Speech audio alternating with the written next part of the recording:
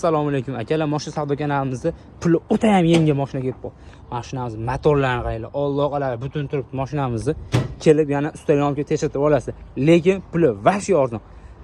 Skuterni puli ham bas akalar. Lekin aka genanli bo'ladimi? Genanli bo'lar ekan akalar. Mashinamiz texnik ishlari yo'q ekan. Smartphone, kolonka, pechka, hamma narsa ishlab turgan mashina. Endi chexom qator yangilab olasiz, chexolani qo'yib qo'yib. O'ta yaxshi balonda turibdi. Mashinamizni genanli chiqargan, egalaridan chiqargan, xudo xolasa. Mashinamizni ichki salonlar. Eng yaxshi holatda, puliga yaxshi. Bitta mana shu zamoyini qo'yib yuborish kerak ekan. Zamoy qo'yib bermabdilar akamiz. Shunga erinibdilar shekil. Akamizning balonlar yaxshi holatda turibdi. Mashinamizni pulini aytadigan bo'lsam, akalar, vapshi, skuter, velosiped puliga ham desa bo'laveradi akalar. Mashinamiz yillari 2001-yil $700 dan ozgina savdosi bor ekan akalar. Kelib mahkam qo'ldan qisib bosinglar. Vapshi zo'r naq bo'ldi akalar. Generalniy bo'ladi. 2001-yil tiko. Bosinglar akalar.